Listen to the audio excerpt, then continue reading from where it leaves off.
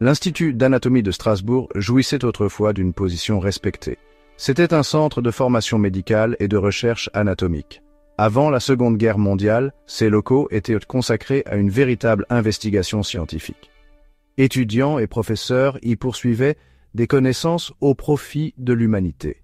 Cependant, l'occupation nazie de Strasbourg en juin 1940 marqua un tournant terrifiant. La ville, située dans la région disputée d'Alsace, fut rapidement annexée au Troisième Reich. Cette annexion eut un impact immédiat et dévastateur sur toutes ces institutions, en particulier celle du savoir. L'Institut d'anatomie ne fit pas exception.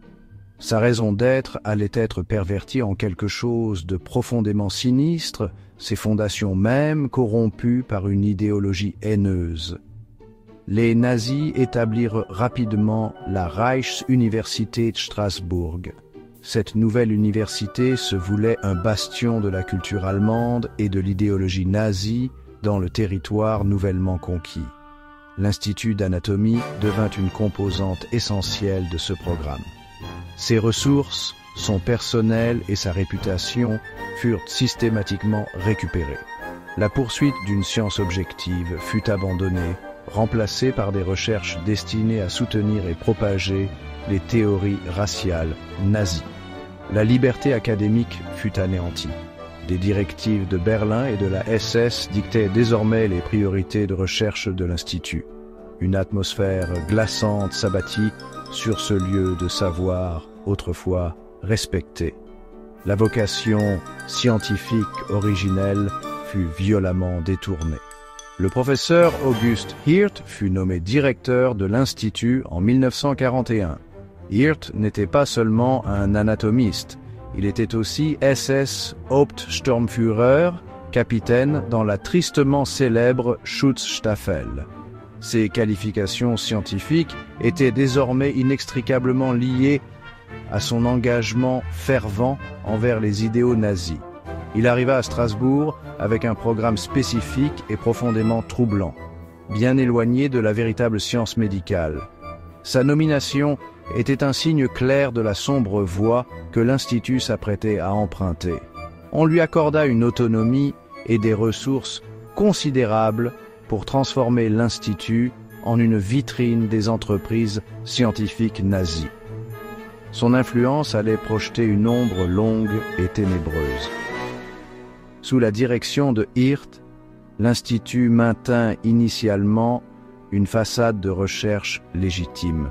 Il parlait de faire progresser les connaissances médicales et la compréhension de l'anatomie humaine. Cependant, sous ce mince vernis, des préparatifs étaient en cours pour des actes effroyables.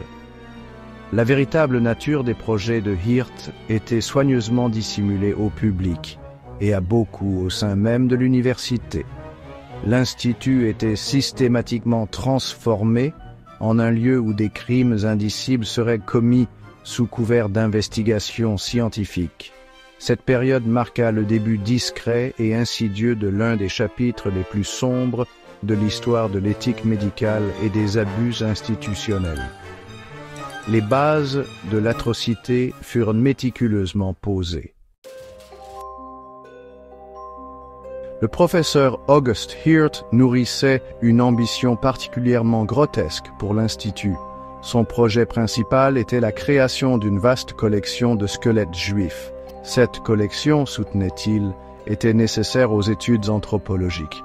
Il visait à fournir une prétendue preuve scientifique de l'infériorité raciale juive, pierre angulaire de l'idéologie nazie.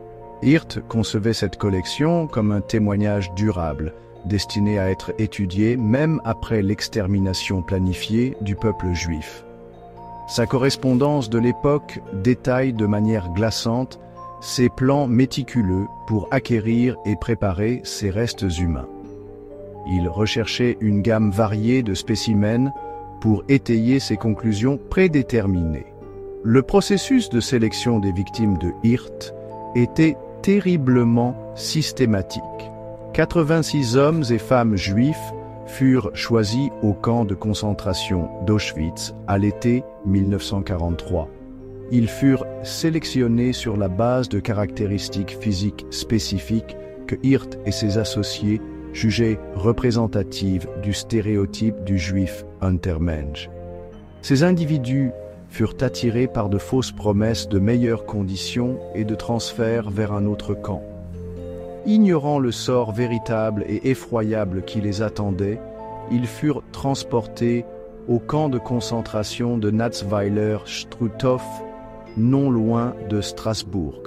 Là, ils furent gazés. Leurs corps furent ensuite envoyés à Hirt, à l'Institut d'anatomie, pour y être traités. Avant que les victimes sélectionnées pour la collection de squelettes ne soient assassinées, Hirt mena également d'autres expériences cruelles. Il s'intéressait particulièrement aux effets du gaz moutarde sur les êtres humains. Certains prisonniers, distincts du groupe des 86, furent soumis à une exposition à cette arme chimique effroyable. Hirt documenta méticuleusement les conséquences atroces, dans le but de développer des traitements pour les soldats allemands. Des rumeurs de motivation plus ésotérique et occulte entouraient également son travail. On prétendait que Hirt, influencé par certaines croyances mystiques nazies, recherchait des spécimens purs dont les corps revêtaient une signification rituelle pour des desseins plus sombres au-delà de la simple étude anatomique. La douleur infligée était inimaginable. Les activités de Hirt étaient étroitement liées à la NNERB, une organisation SS dédiée à la recherche sur l'héritage ancestral de la race aryenne. Heinrich Himmler, chef de la SS, était un mécène clé de la NNERB. Cette organisation se penchait sur l'archéologie, l'anthropologie et même l'occultisme pour trouver des preuves étayant les théories raciales nazies. La section alsacienne de la NNERB, à laquelle Hirt était affilié, aurait eu pour objectif de fusionner la science conventionnelle avec des pratiques ésotériques, voire la sorcellerie. Il recherchait un savoir et un pouvoir arien perdus. La collection de Hirt était considérée par certains au sein de ces cercles comme contribuant à cette quête troublante, pseudo-scientifique et mystique de pureté et de domination raciale. En novembre 1944, les forces alliées, menées par la 2e division blindée du général Philippe Leclerc de Haute-Cloque, libérèrent triomphalement Strasbourg. La ville explosa de joie alors que l'occupation nazie prenait fin. Cependant, au milieu de la joie, la sombre tâche de découvrir toute l'étendue des atrocités nazies commença. L'Institut d'anatomie, situé au sein du complexe hospitalier principal de la ville, était l'un des sites suspects. Des rumeurs avaient circulé parmi la population locale au sujet d'étranges activités s'y déroulant, mais la terrible réalité n'avait pas encore été pleinement comprise. La libération apporta non seulement la liberté, mais aussi la révélation imminente de crimes indicibles. Peu après la libération, des enquêteurs et des membres des forces françaises de l'intérieur pénétrèrent dans l'Institut d'anatomie. Ce qu'ils découvrirent dans les caves du bâtiment dépassa leurs pires craintes. Ils trouvèrent des cuves remplies de formol contenant 18 corps humains complets. Il y avait aussi de nombreuses autres parties de corps, y compris des membres disséqués et des organes, conservés dans des bocaux. C'étaient les restes de certaines des victimes que Hirt avait assassinées pour sa collection de squelettes. La nature méticuleuse et macabre de son projet fut mise à nu. La scène était un témoignage glaçant de la cruauté froide et calculée qui s'était déroulée entre ces murs. Gap 2. Le professeur Auguste Hirt lui-même échappa à la capture par les forces alliées en progression. Conscient que la libération de Strasbourg était imminente, il fuit la ville peu avant sa chute. Il resta en fuite pendant plusieurs mois. Finalement, face à l'effondrement du Troisième Reich et à la perspective d'être jugé pour ses crimes odieux, Hirt se suicida. Il se donna la mort le 2 juin 1945 à Schönenbach, dans la région de la Forêt-Noire en Allemagne. Bien que sa mort apportât une forme de conclusion, cela signifiait aussi qu'il ne répondrait jamais personnellement de ses atrocités devant un tribunal, laissant de nombreuses questions sur ses motivations et son réseau sans réponse. Le sort des principaux assistants de laboratoire de Hirt ajouta une autre couche de mystère à l'affaire. Otto Bong, le préparateur responsable du traitement des corps et de leur préparation pour la collection, disparut. De même, Henri Pierre, un photographe légiste qui avait documenté le travail de Hirt, disparut également dans le chaos qui suivit la libération. Leur disparition alimentèrent les spéculations. Certains pensaient qu'ils auraient pu être protégés par des réseaux nazis survivants ou des individus sympathisant à leur cause. D'autres pensaient qu'ils auraient pu s'échapper avec des informations sensibles. Leur absence compliqua les efforts pour comprendre pleinement les opérations de l'Institut et traduire tous les coupables en justice. De nombreuses questions entourant les sombres activités de l'Institut d'anatomie de Strasbourg à l'époque nazie restent à ce jour sans réponse. L'ampleur et la nature exacte des projets de Lahnenerbe en Alsace ne sont toujours pas entièrement élucidées. Au-delà de la tristement célèbre collection de squelettes de Hirt, des interrogations subsistent sur d'autres projets secrets qui auraient pu être menés.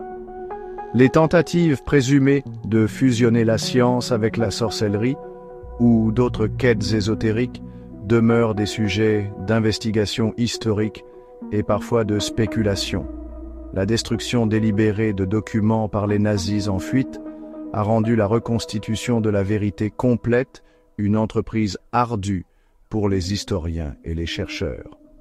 Traduire en justice tous les individus impliqués dans les atrocités de l'Institut s'avéra un processus ardu et incomplet.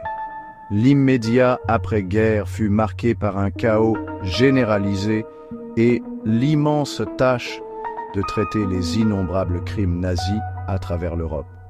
Si certaines figures proéminentes comme Hirt furent identifiées, d'autres collaborateurs, en particulier aux niveaux inférieurs, ont pu échapper à l'examen ou bénéficier des difficultés à rassembler des preuves suffisantes. La quête de justice pour les victimes et leurs familles fut souvent d'une lenteur frustrante. Cela souligne les défis plus larges de la responsabilité au lendemain d'une telle criminalité systématique et étatique. L'Institut d'anatomie de Strasbourg a dû porter le lourd fardeau de son sinistre passé. Affronter ce sombre chapitre a été un processus long et douloureux pour l'institution et la ville. Des efforts significatifs ont été déployés au fil des décennies pour commémorer les 86 victimes connues du projet effroyable de Hirt. Des plaques et des mémoriaux se dressent désormais sur le site, servant de rappel solennel des vies prises et de la perversion éthique de la science qui s'y est produite. La faculté de médecine actuelle s'efforce d'éduquer les nouvelles générations sur cette histoire, veillant à ce que les leçons tirées de ces atrocités ne soient jamais oubliées et que de telles horreurs ne se répètent jamais. L'héritage durable du laboratoire du professeur Hirt est celui d'une obscurité profonde et d'un avertissement sévère à l'humanité. Il démontre avec une clarté effrayante comment la recherche scientifique peut être corrompue et instrumentalisée lorsqu'elle est mise au service d'une idéologie haineuse et d'un pouvoir sans contrôle. Les mystères non résolus et la barbarie pure des crimes commis continuent de jeter une ombre longue et sinistre sur l'Institut. Il se dresse comme un sombre témoignage des profondeurs de la cruauté nazie pendant l'Holocauste et souligne l'importance cruciale de maintenir une vigilance éthique dans toutes les entreprises scientifiques et académiques. Le poids de cette histoire sert d'appel perpétuel au souvenir et à la responsabilité.